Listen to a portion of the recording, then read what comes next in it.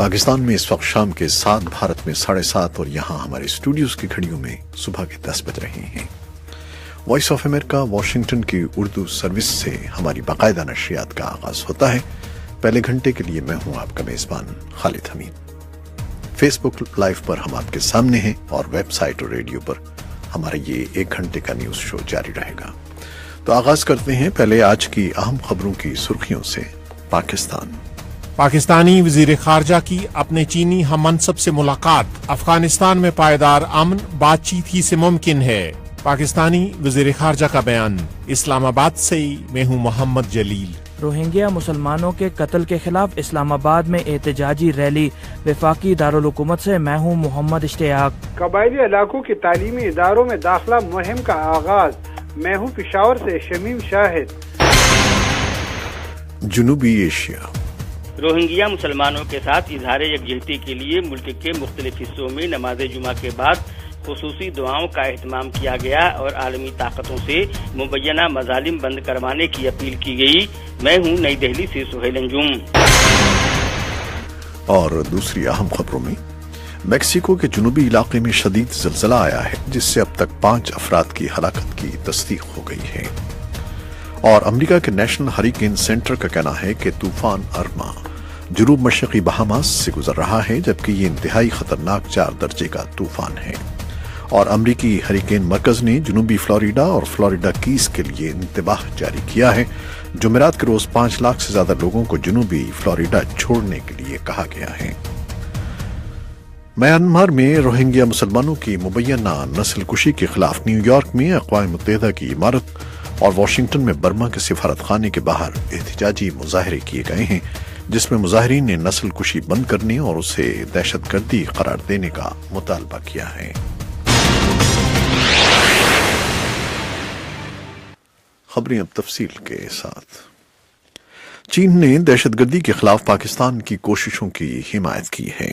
پاکستانی وزیر خارجہ خواجہ آصف کے دورہ چین کے دوران ایک مشترکہ نیوز کانفرنس سے خطاب کرتے ہوئے چین کے وزیر خارجہ نے یہ بیان دیا۔ اسلام آباد سے محمد جلیل تفصیل بتائیں گے۔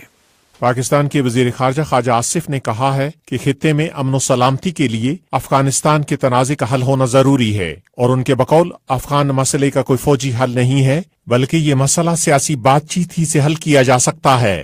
چین کے سرکاری دورے کے دوران جمعے کو بیجنگ میں اپنے چینی ہم منصب وانگ جی کے ساتھ ایک مشترکہ نیوز کانفرنس کے دوران انہوں نے کہا کہ چین افغانستان کے حوالے سے تعمیری کردار ادا کر رہا ہے اور ان کے بقول پاکستان اس کی حمایت کرتا ہے۔ بطور وزیر خارجہ خواجہ آصف کا یہ چین کا پہلا دورہ ہے۔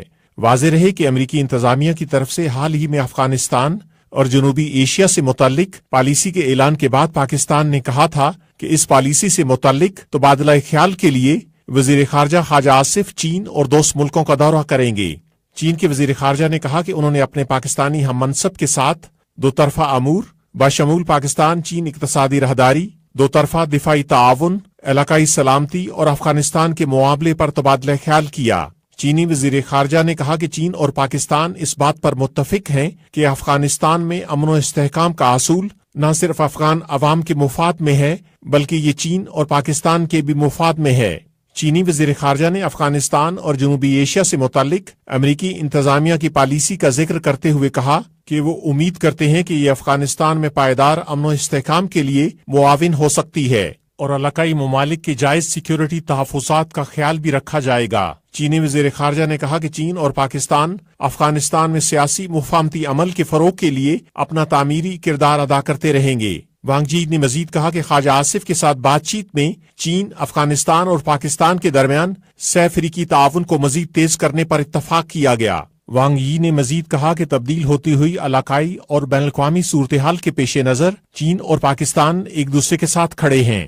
بین الاقوامی امور کے تجزیہ کار ظفر جسپال نے برکس ممالک کے سربراہی اجلاس کے بعد جاری ہونے والی چین کے اس بیان کو اہم قرار دیا۔ برکس اعلامیے میں پاکستان میں مقیم بعض عسکریت پسند تنظیموں سے متعلق تحفظات کا اظہار کیا گیا تھا۔ ظفر جسپال نے کہا، برکس کا جو کمیونکے ہے وہ ٹھیک ہے، انڈیا کے میڈیا میں ادھر ادھر کافی اچھالا جائے گا، مگر اس کا impact Pakistan, China, Pakistan, Russia پہ کوئی نہیں ہوگا بلکہ 0% ہوگا۔ However, جو اس کے ان رسپانس جو اب رسپانسز آ رہے ہیں چائنا سے اس کا امپیکٹ زیادہ ہوگا. مگر جنرلی یہ ضرور ہے کہ ایک ریلائزیشن ود ان پاکستان بھی ہے اور چائنا میں بھی ہے اور پاکستان کو اب اس کے اوپر واچفل ہونا پڑے گا کہ اس طرح کی چیزوں کے اوپر ہم نے کس طرح اپنے آپ کو ڈیفینڈ کرنا ہے. صدر ٹرمپ نے گزشتہ ماہ افغانستان اور جنوبی ایشیا سے متعلق امریکی انتظامیہ کی نئی پالیسی کا اعلان کرتے ہوئے پاکستان پر تنقید کرتے ہوئے کہا تھا کہ پاکستان میں دہشت گردوں کی محفوظ پناہگاہیں موجود ہیں.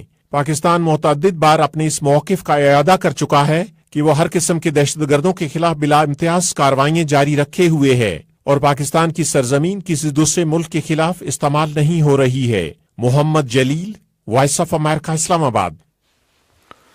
پاکستان کے وزیر اعظم شاہد خاقان عباسی نے جمعے کو میاں والی کے قریب پاکستان کے 5ویں ایٹمی بجلی گھر کا افتتاح کیا. یہ بجلی گھر چین کے اشتراک سے قائم کیا جا رہا ہے.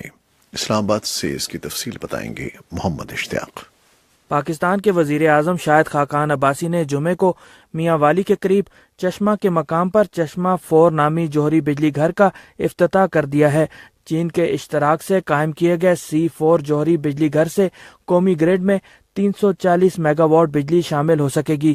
اس علاقے میں چین کے تعاون سے تعمیر کیا جانے والا یہ چوتھا جوہری بجلی گھر ہے. چشمہ کے مقام پر قائم 4 جوہری بجلی گھروں کے علاوہ کراچی میں قائم کینپ نامی جوہری بجلی گھر سے مجموعی طور پر 1370 میگا واٹ بجلی حاصل ہو سکے گی.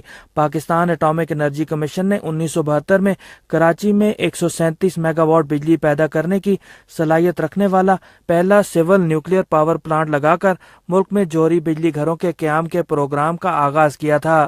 جمعے کو چشمہ 4 کی افتتاحی تقریب سے خطاب کرتے ہوئے وزیر اعظم شاہد خاقان عباسی کا کہنا تھا کہ پاکستان میں 4 دہائیوں سے سول جوہری پروگرام جاری ہے.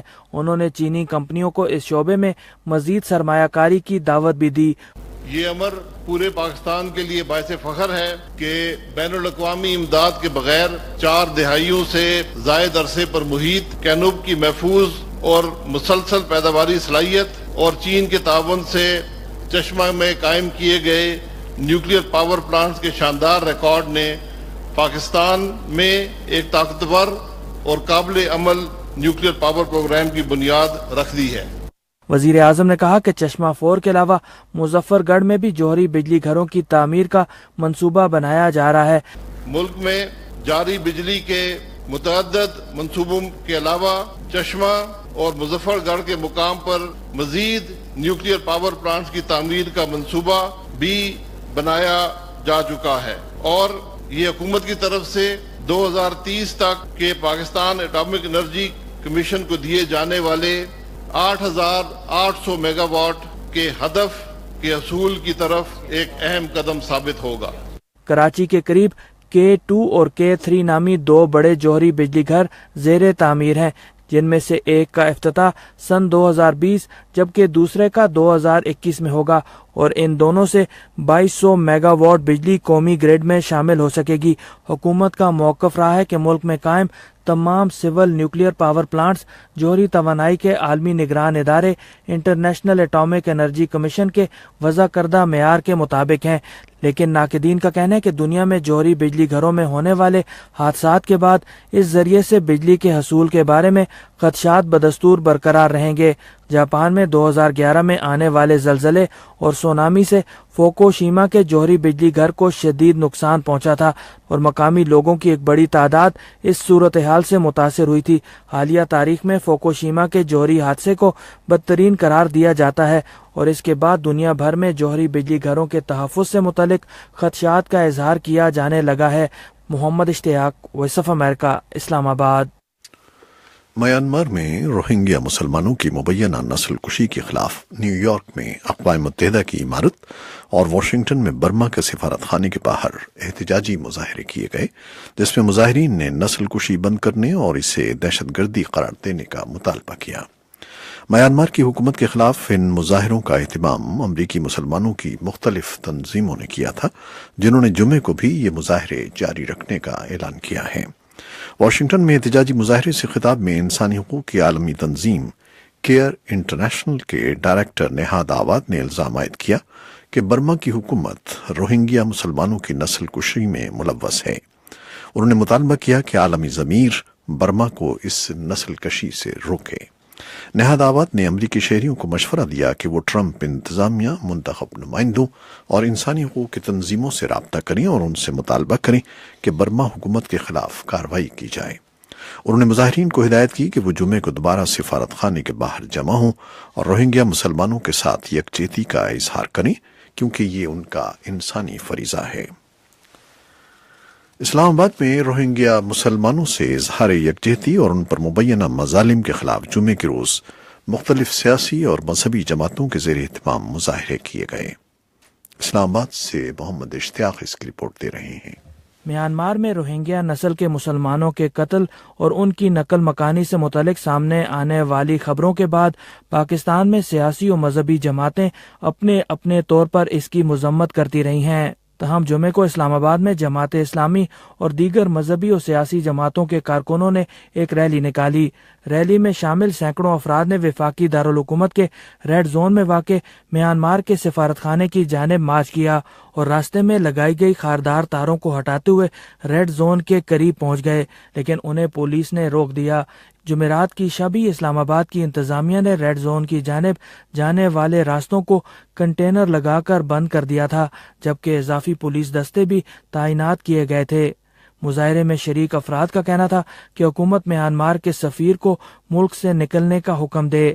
ایک روز قبل جمعرات کی شب پاکستان کی وفاقی کابینہ نے میانمار کی جمہوریت نواز رہنما اور امن کی نوبل انعام یافتہ آنگ سان سوچی سے مطالبہ کیا تھا کہ وہ مسلمانوں کے خلاف ہونے والی زیادتی کو رکوانے کے لیے فوری طور پر اقدامات کریں۔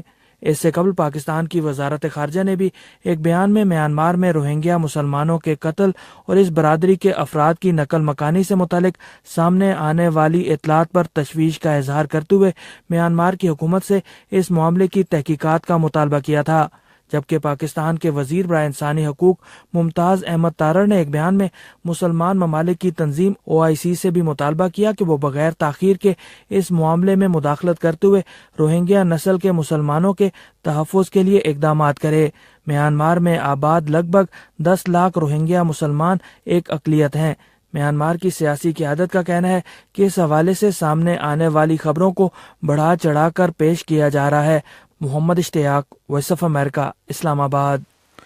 اور بھارت کے مختلف شہروں میں بھی نماز جمعہ کے موقع پر روہنگیا مسلمانوں کے لیے خصوصی دعائیں مانگی گئیں۔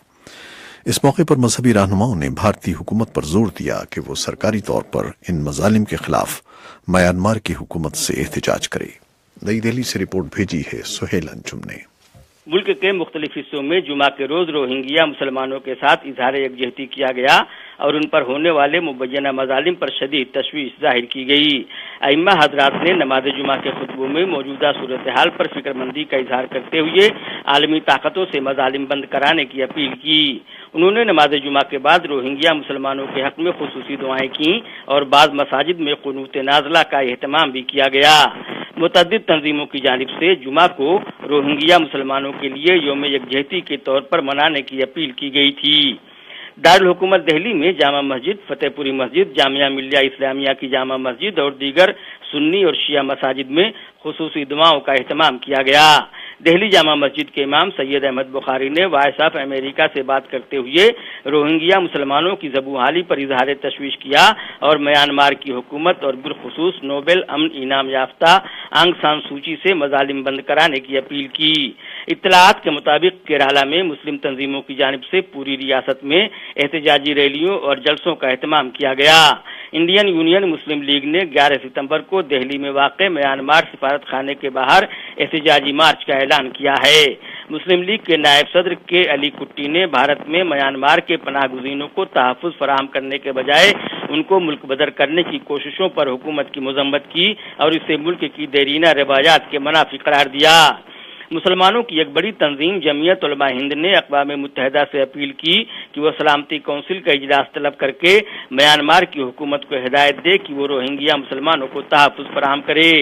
جمعیت کے صدر مولانا قاری محمد عثمان منصور پوری اور جنرل سیکریٹری اور سابق رکن پارلیمنٹ مولانا محمود مدنی نے زور دیا کہ اگر میانمار کی حکومت اقوام متحدہ کی ہدایت پر عمل نہ کرے تو اس کے خلاف فوجی کارروائی اور اقتصادی بائیکاٹ کی وارننگ دی جائے۔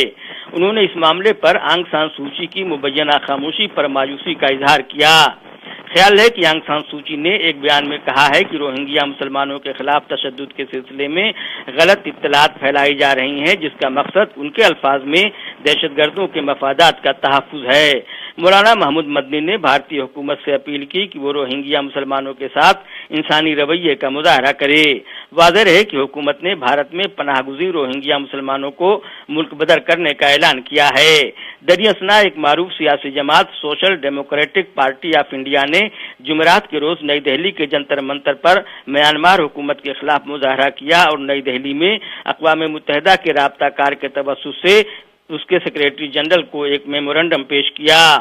سہیل انجم، وائس آف امریکہ، نئی دہلی۔ سائٹ اور ریڈیو پر ابھی ہمارا یہ نیوز شو جاری ہے۔ فیس بک لائیو سے آپ سے اجازت چاہتے ہیں۔ اللہ حافظ۔